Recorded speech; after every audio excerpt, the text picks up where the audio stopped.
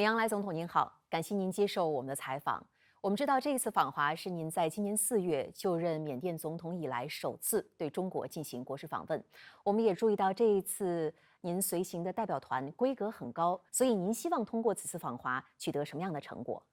မှန်ပါတယ်ကျွန်တော်ဒီပြီးခဲ့တဲ့လဧပြီလ10နေ့ကကျွန်တော်အစိုးရနိုင်ငံခေါင်းဆောင်တွေတာဝန်ယူပြီးတဲ့နောက်ပိုင်းမှာအစိုးရသစ်တင်တဲ့တရုတ်နိုင်ငံရဲ့နဲ့ဆက်ဆံရေးကိုပုံမှုပြီးကောင်းမွန်စေဖို့ရည်ရွယ်ချက်နဲ့တမန်ရှိချင်းပြဖိတ်ကြားခြင်းနဲ့ကျွန်တော်လာခဲ့တာဖြစ်ပါတယ်အဓိကကတော့မြန်မာနိုင်ငံဖွံ့ဖြိုးတိုးတက်ဖို့ဒီဘက်ပေါင်းစုံနဲ့တရုတ်နိုင်ငံနဲ့ပူးပေါင်းဆောင်ရွက်ဖို့မြန်မာနိုင်ငံနဲ့တရုတ်နိုင်ငံနဲ့ကဏ္ဍပေါင်းစုံမှာပူးပေါင်းဆောင်ရွက်ဖို့ကိစ္စပေါ့နောက်တော့ကမြန်မာနိုင်ငံမှာတရုတ်နိုင်ငံနဲ့လာရောက်ရင်းနှီးမြှုပ်နှံမှုကိစ္စတွေနောက်တော့တစ်ဖက်ကုန်သွယ်မှုပြည့်တင်ကိစ္စတွေနောက်နေဆက်ဒေသလုံခြုံရေးနဲ့တည်ငြိမ်အေးချမ်းရေးတွေနဲ့နှစ်ဖက်ပူးပေါင်းဆောင်ရွက်ရေးကိစ္စတွေဒီလိုတဲ့ရည်ရွယ်ပြီးတော့လာခိုင်းခြင်းဖြစ်ပါတယ်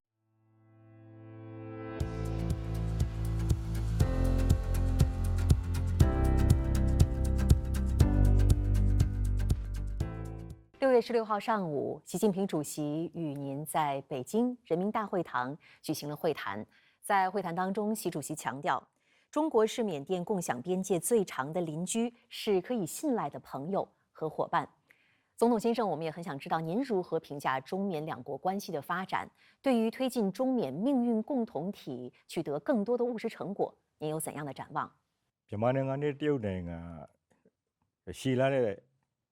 တမန်ကြောင့်ဆက်ဆံရည်ရှိတယ်။အိန္ဒိယချင်းကောင်းနိုင်ငံတွေဖြစ်တဲ့ကီလိုမီတာ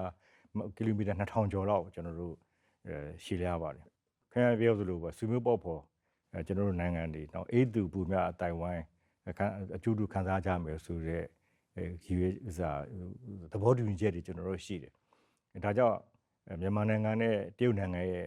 ဆက်ဆံရေးကတော့ဒါနိုင်ငံဆက်ဆံရေးမှာနေဆက်ထိတွေ့တဲ့နိုင်ငံတော်မကဘူး။နောက်တော့ကနိုင်ငံရဲ့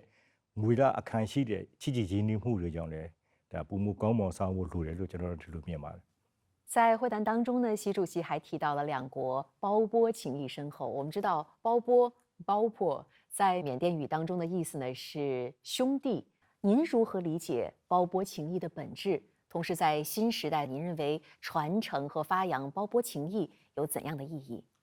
所以批人的ဆက်ဆံကျွန်တော်တို့ရှိလာတဲ့တမန်ကြောင့်ဆက်ဆံရှိခုနပြောတဲ့ပေါက်ဖို့ဆိုတဲ့ဟာမှာလဲဆွေမျိုးပေါက်ဖို့ဆွေမျိုးဆိုတာတွေ့တဲ့တော်ဆမှုကိုကျွန်တော်တို့ပြောတာ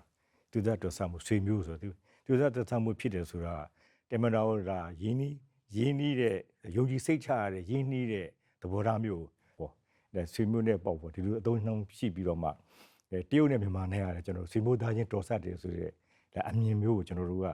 သုံးနှုန်းခဲ့တာဖြစ်ပါတယ်တရုတ်မှာပူပေါင်းဆောင်ရွက်နေပေကတော့တော်တော်နဲ့ဆိုင်ပါတယ်ကျဲတဲ့ကျဲဝန်းပါတယ်ဒါကိုကျွန်တော်တို့က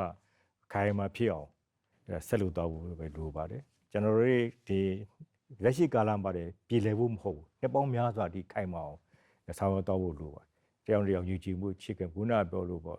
ကိုယ်ရပြဖြစ်နေလို့မရအောင်အားလုံးစီလို့ညီညွတ်နဲ့ဒေသတွင်းမှာအားလုံးစီလို့ညီညွတ်ရှိတာတော့အကောင်းဆုံးဖြစ်ပါတယ်အိန္ဒိယချင်းကောင်းနိုင်ငံတွေနဲ့ကျွန်တော်တို့လည်းဒါကိုဆက်လက်ရပ်တည်ပြီးတော့ဆောင်ရွက်တော့မယ်ဆိုတာလေးလည်းကျွန်တော်ပြောချင်ပါတယ်